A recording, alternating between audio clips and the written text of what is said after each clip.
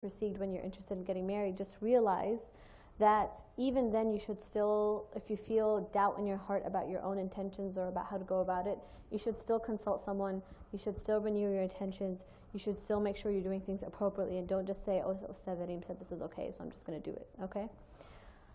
Alright, so I want to start off by laying a certain framework that is a little bit academically heavy, but I'm going to try to break it down for you guys. And that's to understand that the kind of context that we're living in, being a minority in a Western land after the rise of modern secularism, where religion plays a very small role in many people's lives, and there's this entire different moral epistemology amongst the secularists than there is amongst Muslims. Now let me tell you what this means. This means that how the people around us understand what is morally okay and what is morally not is based on something very, very different than how we Muslims understand what is morally okay and what is morally not. So the most important thing is to not, obviously, this is a very obvious statement, but I want to break it down for you guys. Take example from the people around us, as in from the American non-practicing non-Muslims around us. All right, the way we practice our religion and our lives is from a bounded moral framework, as in, you know how Americans are very much, you know, their biggest value is freedom and liberty. Our freedom is constrained by the Sharia. We are allowed to do whatever we want as long as it does not go against the Sharia, okay? So understand that when Allah has put certain guidelines over there, even if nowadays it seems morally okay, if it is contradicting the Sharia, it is not okay. Okay, just making that clear. So we have to understand that when the Sharia came down and Islamic law came down and we have rules in the Quran and from the Sunnah and we have fiqh and we have, you know, guidelines that we go back to, we are following certain rules because the Sharia comes with an objective. And what is this objective? The protection of 5 main things. Does anybody know what the Sharia serves to protect the 5 main things? Number 1? The self or the nafs, the life basically. Number 2? Wealth. Okay, we're not going in order. Number 3? Yeah? No. We're talking about the broader concept, maqasid, objectives. So the Sharia comes to protect deen, your religion, life, your progeny or your nasab or your children basically, your intellect, and your wealth, right? So for example, why are there rules against stealing and against robbery? To protect people's wealth. Why are there rules against murder? To protect people's life. Why are there rules against zina and adultery and having haram relationships? Is to protect multiple of those things, especially progeny, so the entire societal order and structure, right? So this idea of having 2 people bonded together in a marriage, having children, having this line, this nasab of people who have children, and having this entire familial structure is what Islam serves to protect.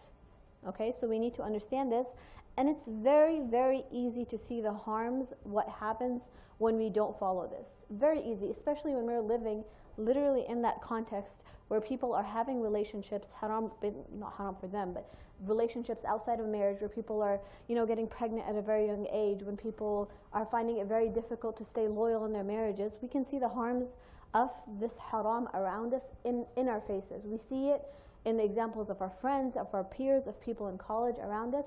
We can see the harms of it, and we know the harms of it. And I'm sure this is all already understood. I'm saying everything you guys already know, but it's very important to lay down this framework when we talk about such a topic.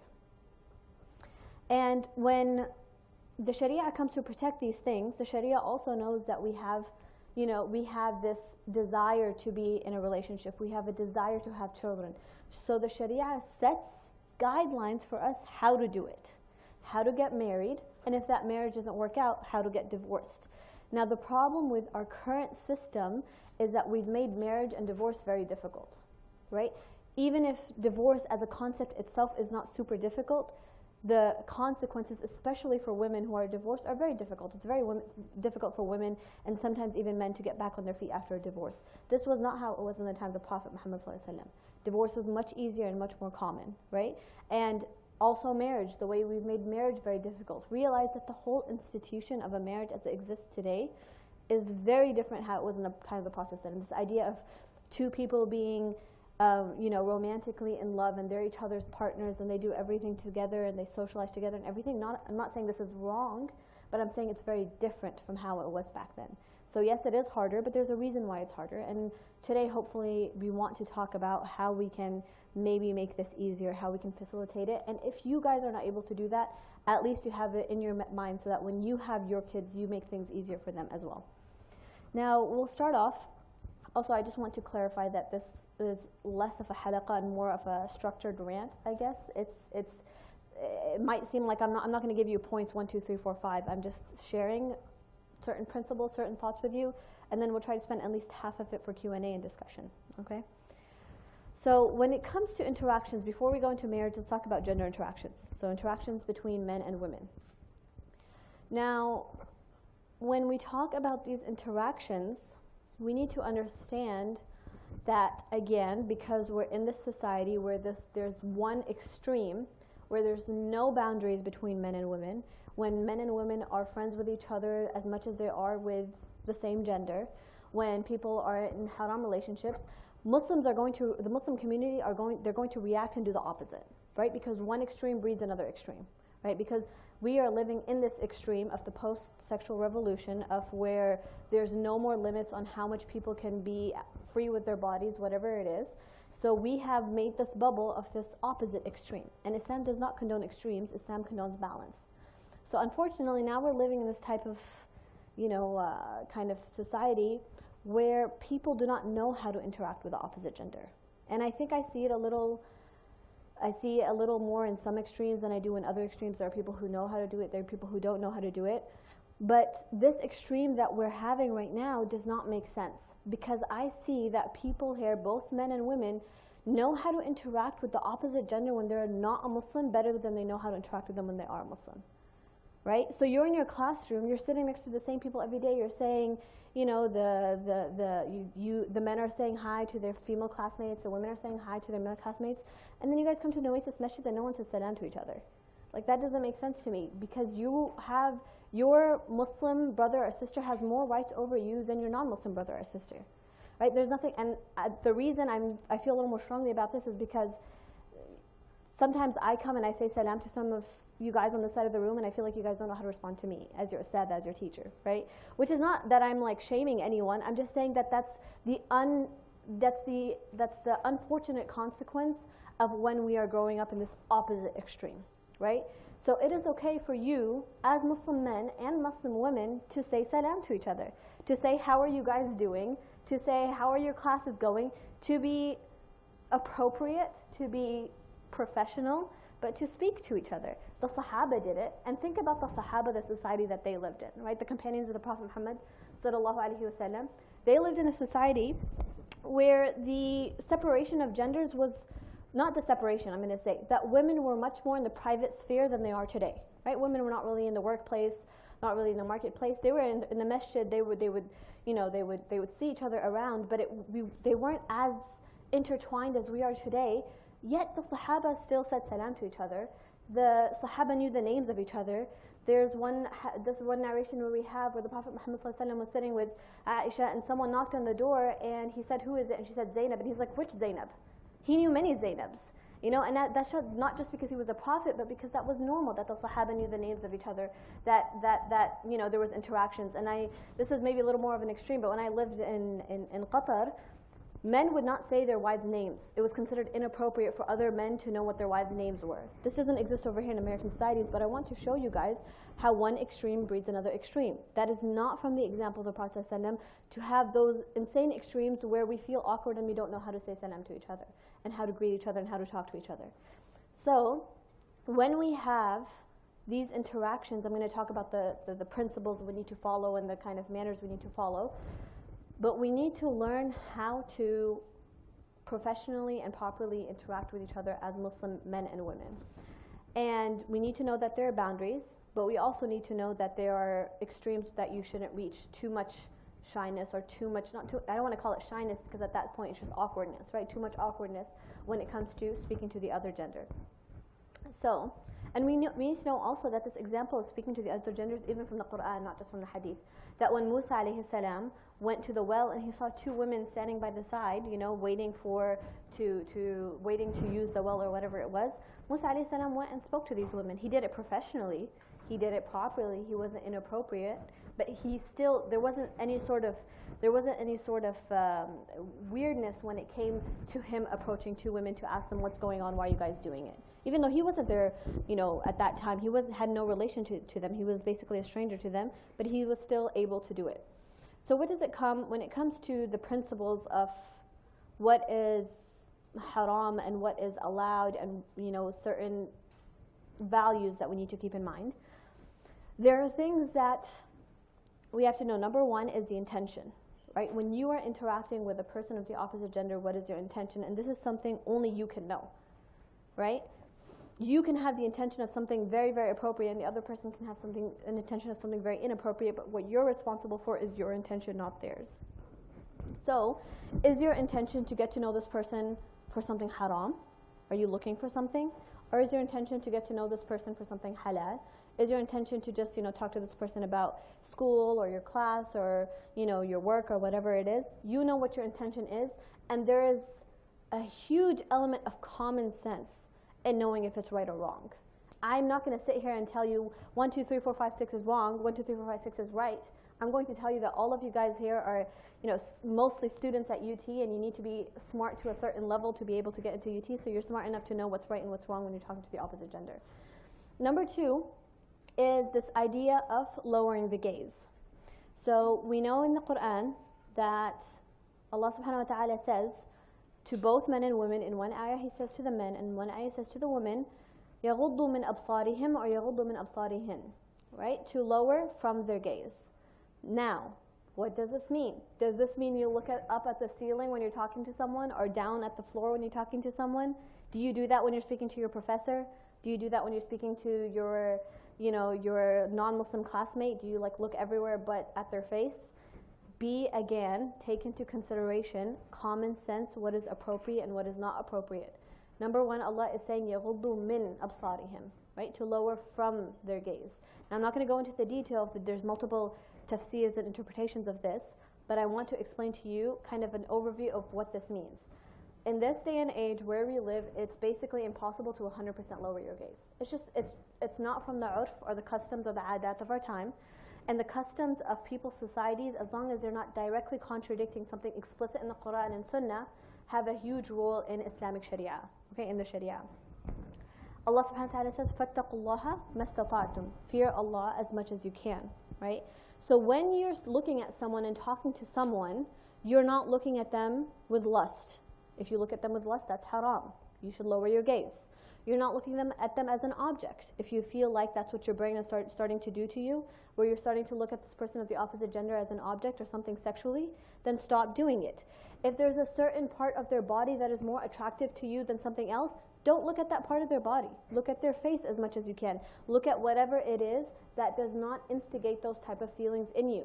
As long as you can keep your thoughts appropriate in that moment while you're looking at that person, then it is okay. Once you feel like your thoughts are becoming inappropriate, or you feel like your mind is going to places you did not intend it to go to, that's when you start setting boundaries. That's when you lower your gaze or you walk away from the conversation. That's when you set the appropriate boundaries, because Allah knows what's in your heart, and you know what's in your heart, and you know what's in your mind and what you're thinking, and nobody else does. And in that moment, you have to set boundaries and responsibilities for yourself. Nobody else is going to set them for you.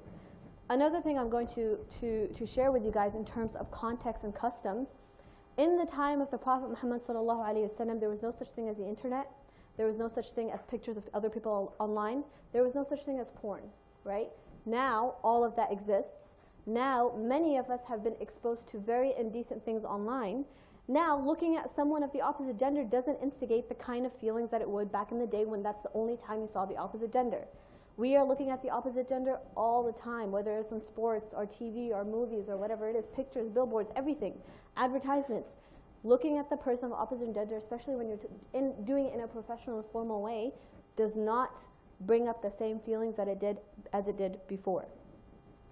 So, and one more thing to add to this context is that when Aisha radiallahu anha was watching these men play with the spears, whatever it was, she was watching them play a sport, the Prophet Muhammad ﷺ did not tell her to look away from looking at these men, right? Not because he knew and she knew that she was not watching them for the purpose of something haram wa'iyadh billah, right? She was watching them for some other reason that was not inappropriate or that was not sexual, right? So we have to understand that things we can say, for example, if I ask you guys, what's the hukum on fasting?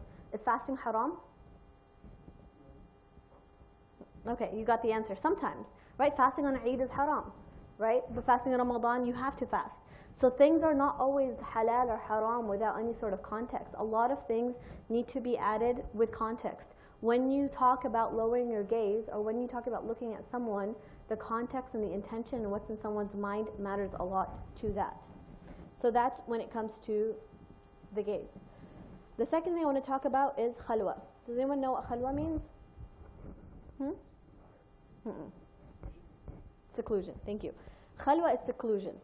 And that is the thing that is, it's okay that you said desire, that's shahwa, they sound pretty similar. But khalwa is two people being together alone in a place, now listen, where nobody can see them and nobody has access to them in that moment. So if you're going up to your room in your apartment building and the elevator door opens and there's a Muslim woman in there wearing her hijab, are you going to be like, I'll take the next elevator or something? No, because that's silly, because you're not in a place where nobody has access to you and you're not purposefully going to a place where nobody can see you, right? So again, very contextual. The hadith about this is that من كان يؤمن بالله واليوم الآخر فلا يخلون بامرأة ليس معها ذو محرم منها فإن ثالثهما شيطان. That whoever believes in Allah on the Day of Judgment should not be alone with a woman. Basically, a man should not be alone with a woman, or a woman should not be alone with a man, because the third person or the third with them is shaitan, right? So this is a thing that is haram, right? So this doesn't mean that, I don't want to give too many examples, but know that when you're if you're, for example, sitting in the library, right, and you have a classmate of the opposite gender, and you guys need to work on homework together, there's nothing wrong with that. As long as you guys are being appropriate in those conversations, as long as you guys have the right intentions, and as long as this is not some sneaky way of getting into a haram relationship with that person, then there's no harm in doing an assignment or doing some sort of work with another person of the opposite gender, because a lot of you would not have a problem with it if it was not a non-Muslim, so why does it become a problem when it's a Muslim? Okay, so keep that in mind. So again, now we said this is what khalwa is. Now when there is no khalwa, when does it become haram? When there is any sort of inappropriate or vulgar talking, right? So if there's any even inappropriate jokes would make this kind of conversation something that should not be happening. Inappropriate jokes, any sexual references, any references that are, just imagine Imam Anwar being the third person sitting there, right? If you wouldn't say in front of Imam Anwar, don't say it when Imam Anwar is not there. It's that simple, right? And if you want to take it to a more extreme level, imagine the Prophet Muhammad ﷺ with you there. Whatever it takes for you to know what is appropriate and what is not appropriate, right? That's what you need to do. You need to imagine, is this something that I would be weirded out saying in front of my mom or dad or an imam or whatever it is, or is this something that's okay and appropriate? Once it starts becoming weird, that's when you know, even if you're lying to yourself and telling yourself, oh, it's okay, they don't get it because they're old. When you know that this feels weird and uncomfortable, that's when you need to start setting boundaries, and that's when you need to start fixing the way you're speaking. So again, I'm giving you guys some general guidelines, but there's a huge part of this that is related back to common sense, to context, to knowing what is appropriate and what is inappropriate. And I think everyone in this room is smart enough to know when a conversation with the opposite gender is something that you are okay with and comfortable with and think is halal and appropriate, and when a conversation becomes haram and inappropriate, and you know yourself when it gets to that level. Also, this element of haya. Haya means modesty, right? This is something that we are encouraged to do, that the Prophet Muhammad told us that haya is an essential part of our faith, our iman. This includes maintaining some sort of honor, humility, self-respect, modesty, and basically you want to maintain this environment of dignity.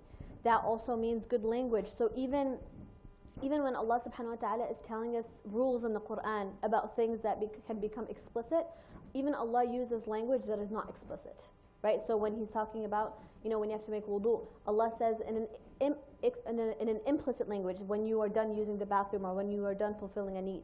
right? So if Allah is telling us, rules in the Quran like that in implicit language, then we need to have enough haya in ourselves to, when we are having non-religious conversation, and that we are not making explicit vulgar jokes that would definitely be that are inappropriate even amongst ourselves, let alone with the opposite gender. And obviously an acceptable amount of distance, right? There's no physical touch that's allowed in Islam. Now when it comes to the question of handshaking, there's a lot of videos on YouTube by a lot of scholars that they will tell you the answer, whether you can shake someone's hand from the opposite gender or not. Majority of the scholars will say that if you can avoid it, don't do it. If you have to do it, then it's makruh. It just depends on the scholar that you're listening to. I'm not giving any kind of fatwas on that or anything, but there are different scholars that have different opinions. Some scholars will say it's haram. Some scholars will say if you can avoid it, like put your hand on your chest when someone tries to shake your hand, then avoid it. Whatever it is, we're talking, my objective over here is to give you guidelines on interacting with people from who are Muslims, right? With you amongst each other. When it comes to interacting with someone who is not a Muslim, then that's another topic, right? Right now we're talking about people who are in this room right now, and everyone in this room knows right now that we should not be having physical contact with the opposite gender. A side hug is not better than a full hug. They're both equally haram, right? So you guys should be avoiding any sort of physical contact, whether it's a fist bump, a handshake, a side hug, a full hug, whatever it is. All of that is haram, right? Obviously, the worse it gets, the more haram it is, but they're all still not allowed. You're not supposed to have any physical contact. It's enough for you guys to say salam to each other without having to engage any sort of that physical contact. Okay, let's see. So it's one more example from the seerah is, I'm sure many of you guys who have listened to the seerah have heard about this, is that when the Prophet Muhammad sallallahu alaihi wasallam, after his beloved wife Khadija radiallahu anha, his first wife, passed away, he would still maintain contact with her friends because of how much he loved Khadija. He would still go and give gifts to Khadija's friends and catch up with them and ask them about their life. And this is the Prophet Muhammad sallallahu alaihi wasallam, right, where he was keeping contact with basically his wife who passed away, her friends, right? So again, this shows us that there is nothing wrong with having friendly conversations, friendly dialogue with each other, appropriate dialogue with each other, as long as it is within the appropriate guidelines that Islam has given to us. Okay, this covers majority of what I wanted to say about general interactions. Now, when we talk about interactions to do, can you guys hear me fine? Okay, when it comes to interactions to do with leading to marriage and feelings and emotions and romance and all of that. Okay, again, like I said, the idea of marriage is very different now. So what we know from Islamic guidelines, that Islam does not encourage these sparks of passion before marriage. Yes, you should be attracted to the other person. Yes, you should feel like you have similar lifestyles, similar values, that you guys can see yourself loving this person and becoming, a partner in their life. All those things are very healthy and very encouraged. So when you are looking for a person to get married to, or when you think you found your person, again, remember the guidelines that Islam has set. You can never be alone, right? So if you are getting to know this person, ideally, it should be in public with a chaperone, right? So it's you and that person and a third person. Now, if that chaperone is not there, technically would not be haram either, because you're in public, right? So if you're going to a coffee shop with that person, and you guys are having only appropriate conversation because now there's no chaperone there to judge that, then that's fine. Now, what the issue becomes is that when you're going to marry a person, the boundaries become much more blurry, which means that it seems less harmful to talk about things that are explicit because you think in your head you're going to marry this person and that's going to come sooner or later. That's why I encourage a chaperone to be there, at least until there's, the nikah or the Islamic marriage, to avoid falling into something haram, whether verbally or physically, because that could lead to lack of blessing and barakah in your marriage. Now I'm going to unpack this a little more. If you develop feelings for a person before marriage, keep it in check until marriage. Keep it in check verbally and definitely keep it in check physically. In order to help you keep it in check, ideally you have a chaperone. I'm going to talk about the texting in the virtual world later. That becomes a little more complicated. But when you're in person with each other, keep it public, keep it where there's a group or you have a chaperone, and do as much as you can to avoid falling into haram before marriage. Now, if this is very difficult for you to do, as best as you can, try to make your nikah or your Islamic marriage earlier than your official wedding so that it does not become haram any longer. So, when you and another person want to get married, get your family involved very early. Now, if you are in an exceptional circumstance where your parents are very difficult people and they're making it very hard for you to get married, or they're, basically they're not attuned to American Muslim culture at all, then yes, you get an imam involved and you talk to them about that. I'm talking about mostly from my experience and the experience of the people I know in this age group whose parents are generally understanding enough to where they may facilitate that when you're at a reasonable age. So never do this process without your family, and if your family is not understanding, without some sort of chaperone or imam or teacher involved, because that's when things can lead to haram very easily. So when you guys have a person in mind that you want to get married to, or just this whole idea of marriage generally, ideally, you'd like to have barakah and blessings from Allah in this marriage, right? You want Allah to bless your marriage, you want Allah to facilitate it, you want Allah to make it easy.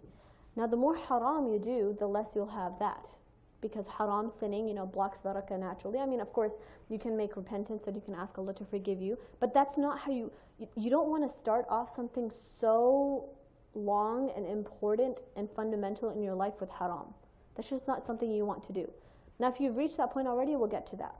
But I'm talking about for those people who have not reached that point, who have someone in mind for marriage and who are still safe from crossing the lines of haram, or who are starting their journey to look for someone for marriage. So you need to lay these foundations before marriage and not after marriage, that you guys are going to do things the halal way and the right way. One of my close friends who's looking to get married, she's talking to someone, but her brother is in that group chat with her. Now, this is a little extreme for some people, I get that, right? But again, she wants to do it the right way, he wants to do it the right way. Any explicit and inappropriate conversations they have, they know they can have them after marriage. All they want to do right now is get to know each other to see if they're suitable for each other, right? So that's why they're doing it that way. Now, I'm not saying this is the only way to go about it. I'm saying this is the safest way to go about it, because when and by the way, her brother doesn't read any of the chats. He's not going there and reading everything, but it's his presence that matters, because now that they know he's in there and he may even accidentally see a text, they're not going to be saying anything inappropriate. They're going to be keeping their boundaries there. They're going to be respectful to each other. So that's the ideal way to go about it. Now, the ideal way is that if you're with a person who you want to get married to, and you're at an appropriate age, again, appropriate age is very subjective. I would say if you're in your junior or senior year of college, that's an appropriate age. If you're a freshman or sophomore, maybe wait a year or two. It just depends on the person and how mature they are. If you're at that age and you are not yet, financially stable enough to get married and to live together, at least do a nikah. Right? If you're sure, if you love this person and you're sure, and you're so afraid of falling into haram because you're seeing this person all the time, whatever it is, whatever your circumstances is, do a nikah, right? Have an Islamic marriage, and that way you guys can date and it's not haram, because at that point you're Islamically married. Talk to your parents about this, even if they object at first. If your parents are understanding enough and you explain to them you want to do things the right way and not fall into haram, because a lot of people are just around us, Muslims and non, are doing haram all the time, right? If you explain to them in that way, if they're not listening, if you get a sheikh involved or an imam involved, that's the ideal situation.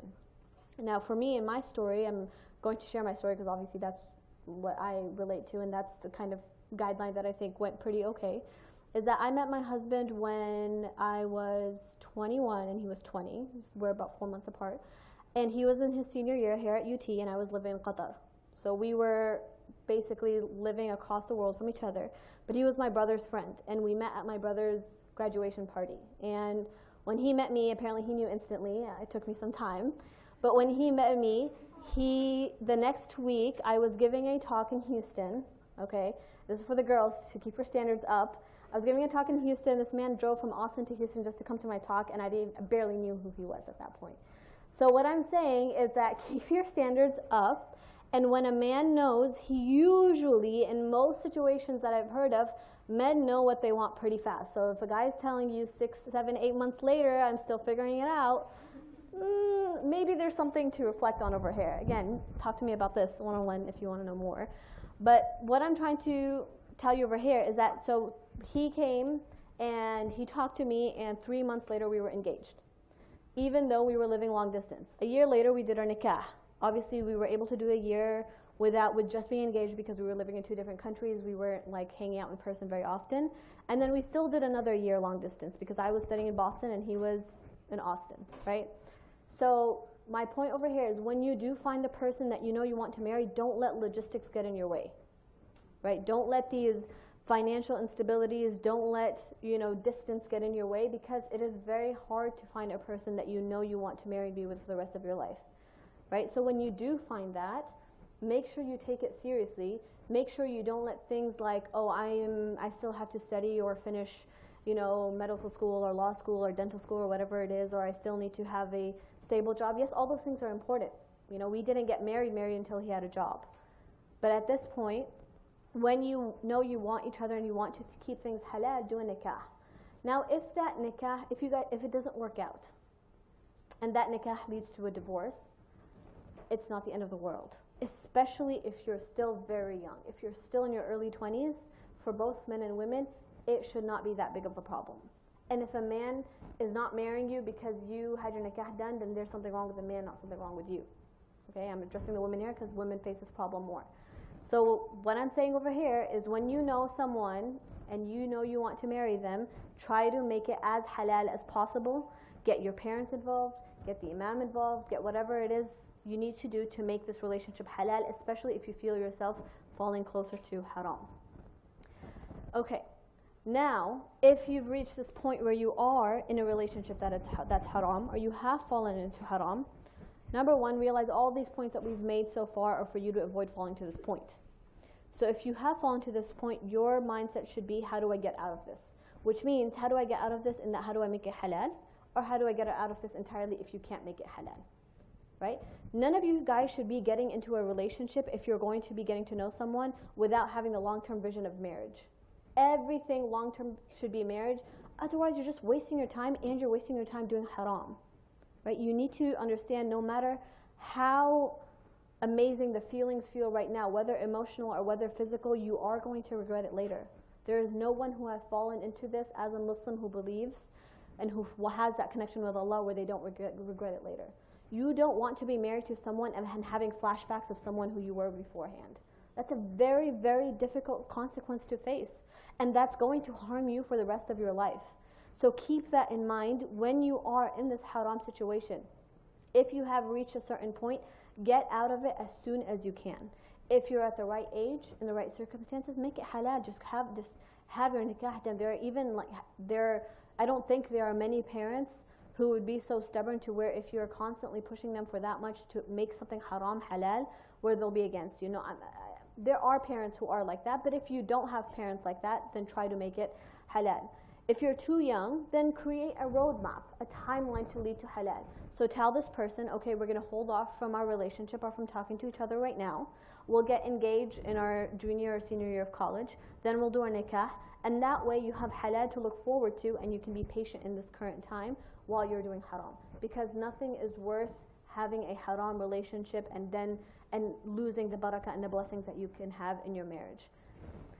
Ibn al-Qayyim says, فِي مَنْ تَرَكَ مَحْبُوبَهُ حَرَامًا فَبَدَّلَ لَهُ حَلَالًا, that whoever leaves something haram for the sake of Allah, then Allah will replace it with something better that's halal.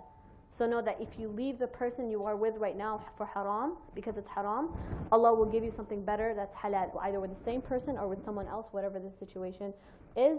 And if you are feeling still tempted, then cut this person off entirely.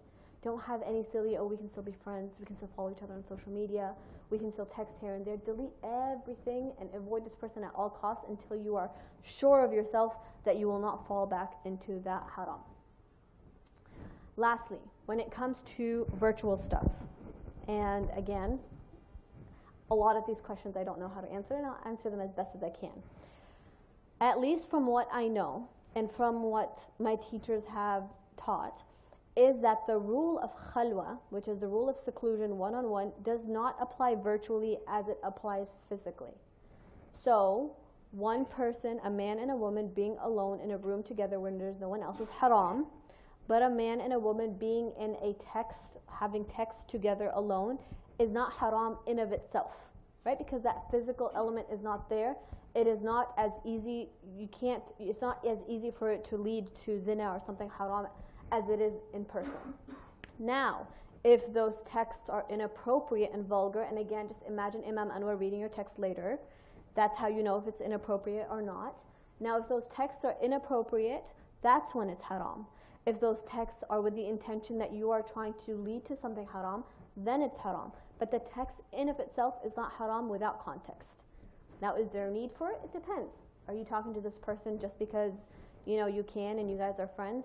What's the point, right? Even with non-Muslims, most of the friendships that exist out there are with the same gender, right? Even with non-Muslims. For this idea of friendship to exist between a man and a woman, I'm not saying whether it's haram or halal right now. I'm saying majority of the friends that exist out there that will give you that type of fulfillment as a friend will be from the same gender. That's how it is, right? And when you are talking to this person, the purpose is very important and the context is very important. Obviously, if you're on Instagram and you're commenting a fire or heart emoji on another opposite gender's picture, then that's clearly inappropriate, right? That people are going to look at that and be like, there's something going on between them or something like that. At least, I don't know if it's changed now, but I'm 27. I still think I'm, young enough to know the standards of how things are on social media, right? I'm pretty sure it's obvious when a comment can be something inappropriate and when a comment can be something appropriate. If you're talking to someone with the intention of getting to know them for marriage, okay, that's a good intention. Are you doing it the right way? So on and so forth. I think I'll conclude with that. This is exhausting. Let's open it for Q&A. I want to give priority to questions from the audience before I look at the questions over here. Yeah. You earlier mentioned the idea of whoever gives up something better in return.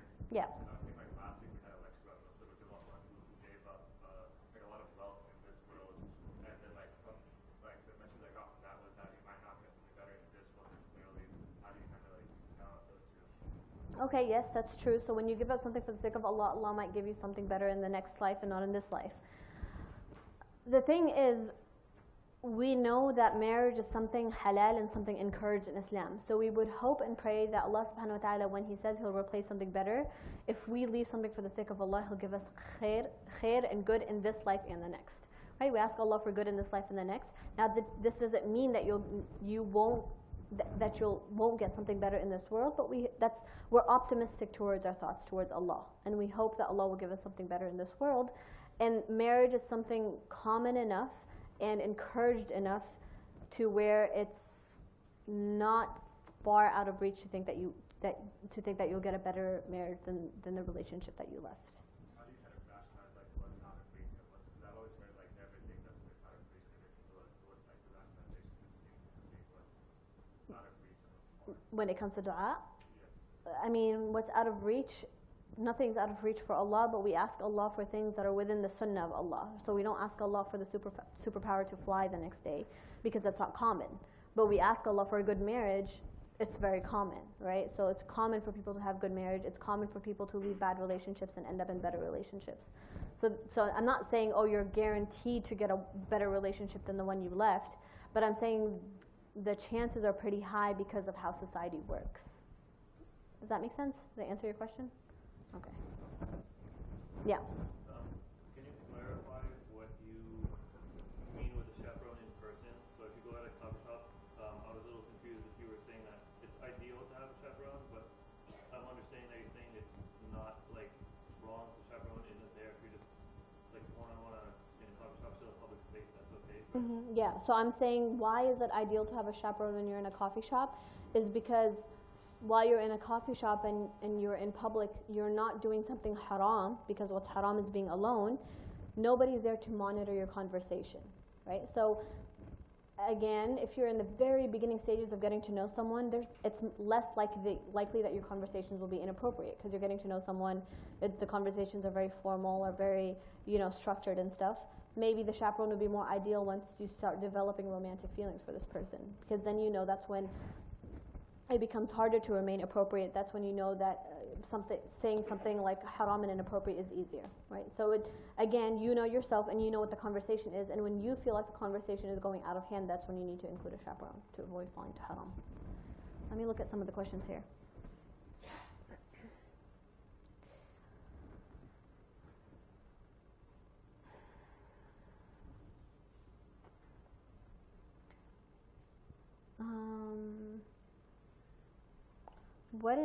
There's a few questions there that I want to answer. Number one, how do you approach conversations with a potential significant other about past major sins committed in past relationships?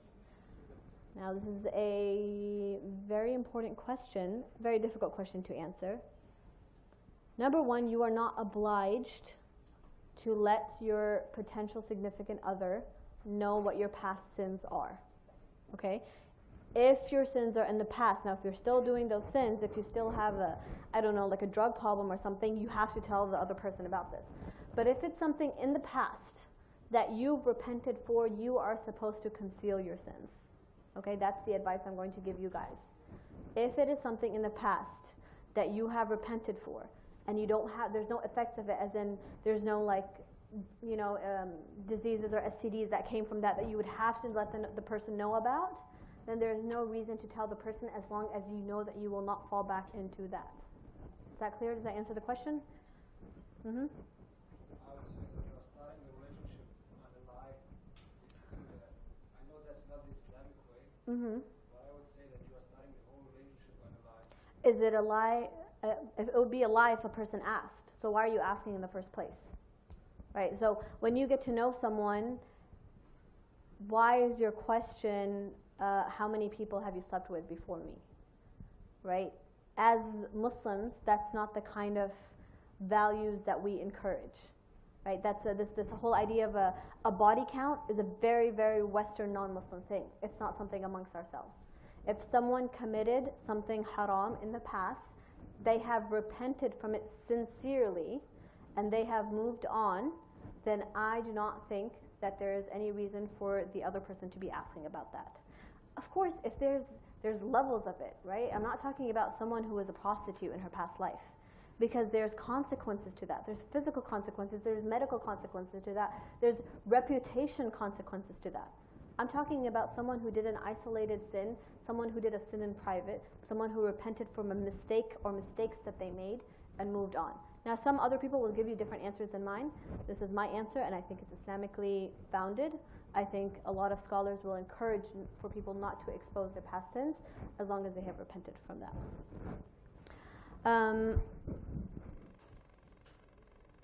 You mentioned common sense and knowing what feels wrong to you, but that changes from person. Shouldn't we stay from gray areas rather than try to navigate them? Okay, there's some things that are Islamically wrong, right?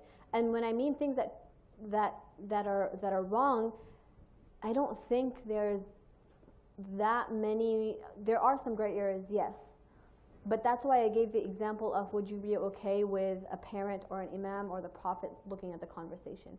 Give yourself a way to measure whether something is wrong or not, where you are not skirting around these gray areas. And if it's a gray area, yes, avoid the gray area. I agree with that. There's no reason for you to be engaging. If you feel like your conversation with the opposite gender is a gray area, then it's probably best to just avoid it. Stay in the green areas as much as possible. Stay out of the gray area. Stay as appropriate as possible. Okay? Yeah.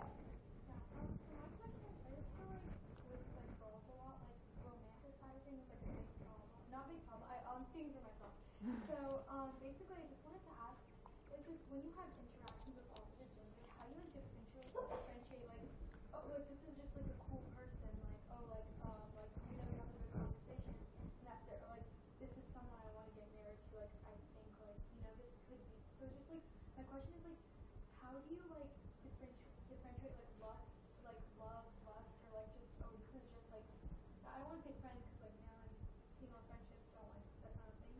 But or maybe, just. No, I understand. Yeah.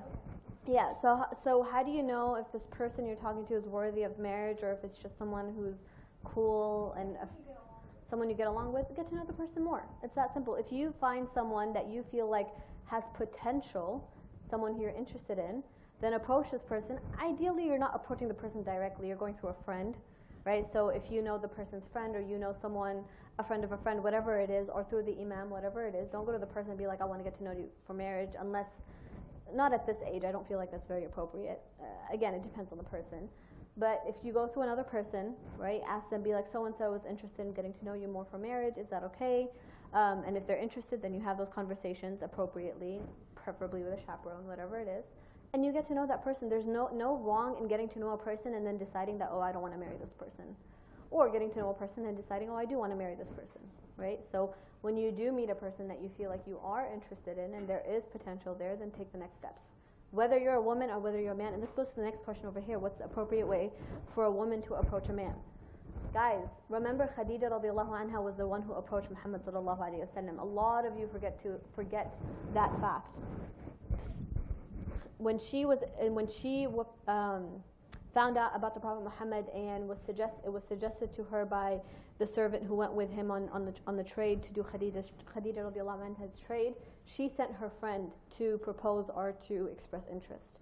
There's nothing wrong with a woman approaching first, and I know that goes against a lot of feelings of masculinity or how society works, that the man should make the first move. I agree, in most contexts men should be making the first moves, but when it comes to something like marriage or interest in marriage, it doesn't matter who's approaching who first. It should not be to you men something negative if a woman's the one who's approaching you for marriage. It should be it's something good, right? It's good that this woman is doing the thing the right way, approaching you or approaching you through a friend because she's interested in you. You either give her a chance or you don't. That's up to you in the end. But there's nothing inherently wrong with a woman approaching a man first to get to know them for marriage, as long as they're, again, doing it in the right way, in the appropriate way.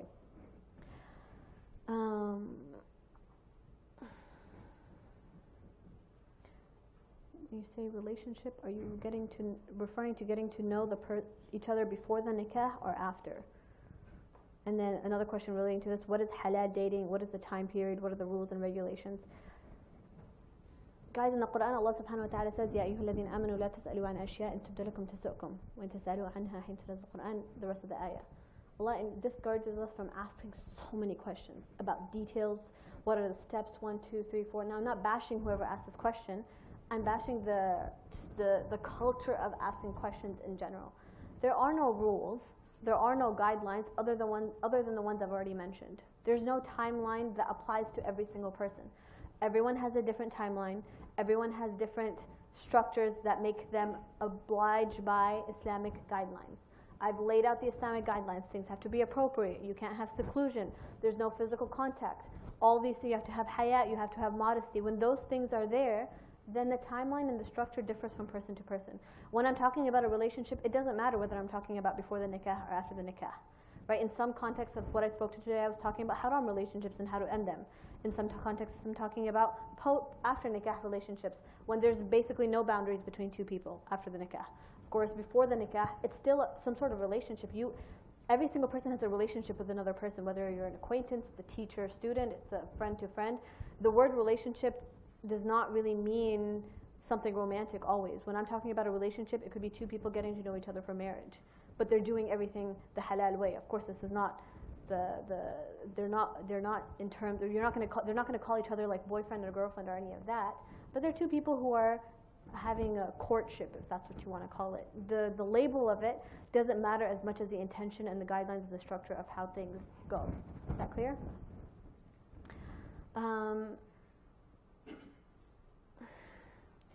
This is a complicated question. It's about finances. How do finances usually work when you get married young and your husband won't be able to provide for you? What if your father disagrees solely due to the financial reason because he believes a real man is a provider? Okay. Again, this cultural differences, difficulties between our generation and our parents' generation. For my specific circumstance, my father-in-law, my husband's father, was the one who promised that he would take care of us until my husband had a good job. Again, very special circumstance. Not everyone will have those type of in-laws. For other people, That's why I said do a nikah before doing a wedding. When you do a nikah, you're still living in your father's home. As a woman, you're still living in your father's home, and as a man, you're still living, at home or however men live, alone or whatever it is. So when you are in that phase, nothing has changed for you financially, right? You're basically, you're Islamically married, but you haven't done your wedding yet. You haven't done your cultural wedding yet, where you're not living together yet. In the Pakistani culture, we call it rukhsati, right? You haven't done your rukhsati yet, right? So at that point, nothing is changing for you financially. Your dad is still taking care of you as a woman financially. And there's a promise that once the man gets a job and once he can financially take care of you, that's when you'll have your wedding and you'll be able to live together. The point of the nikah in this is to facilitate a halal relationship and to facilitate leading towards the wedding. And that's ideally how things should be. How should a man go about searching for potential marriage candidates? It just depends what phase of life you're in. If you're in MSA, I guess find someone in MSA, or if you're at the masjid, find friend. I don't know. It just depends. There's so many different ways to find a person to get married. I don't think any of you guys are in that age of where things become more difficult, right?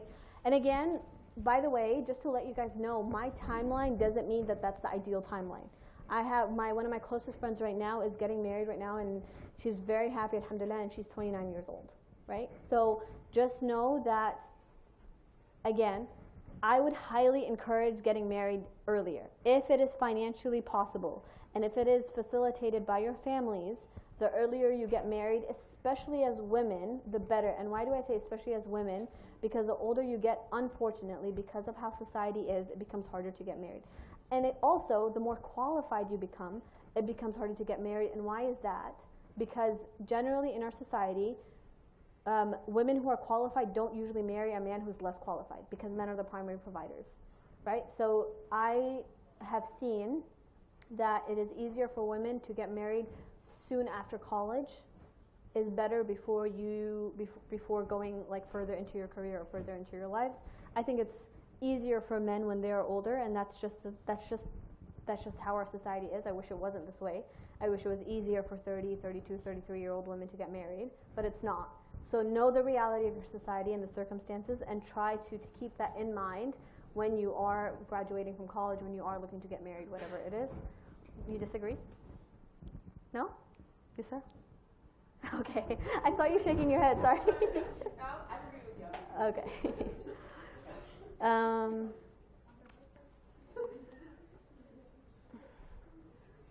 I think I've answered all the questions over here. Last question. Men and women who have to work together frequently because of projects, teams, or clubs. I'm assuming clubs over here is like a organization, right? Not like okay. How to still keep the boundaries when you see this person on a daily basis or very frequently? What do you mean? What do you mean, how do you keep the boundaries when you're seeing this person every day? I mean, aren't you seeing your classmates in a class every single day? When it comes to keeping these boundaries, because you're seeing them every single day, the boundaries are you shouldn't become more comfortable with a person inappropriately or sexually just because you see them every day. If you feel like you are reaching that level, then you need to remove yourself from that circumstance. Do some self-reflection.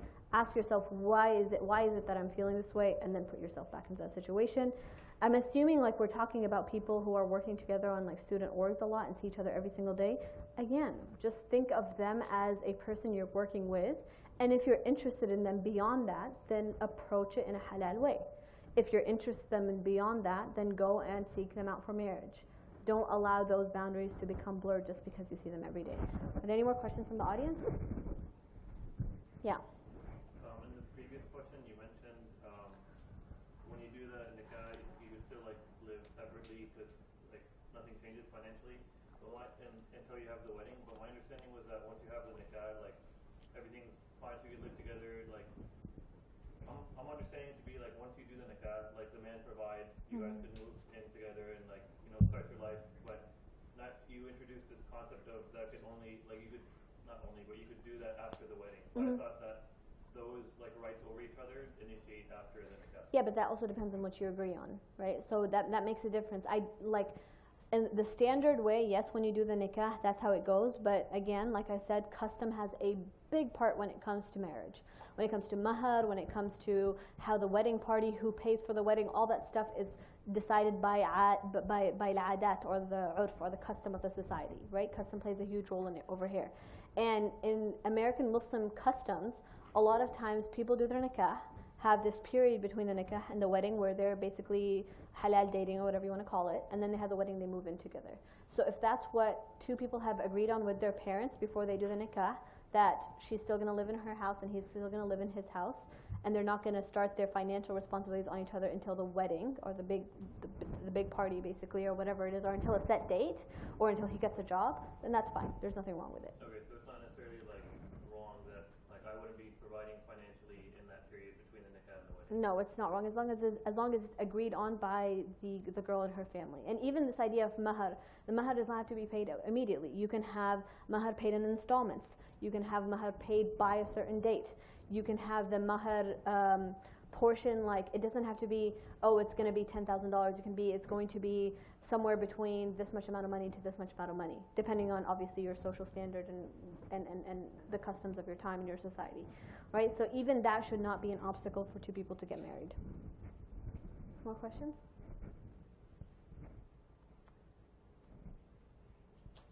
Yeah. It's not a question. Mhm. It's the my thanks for being here.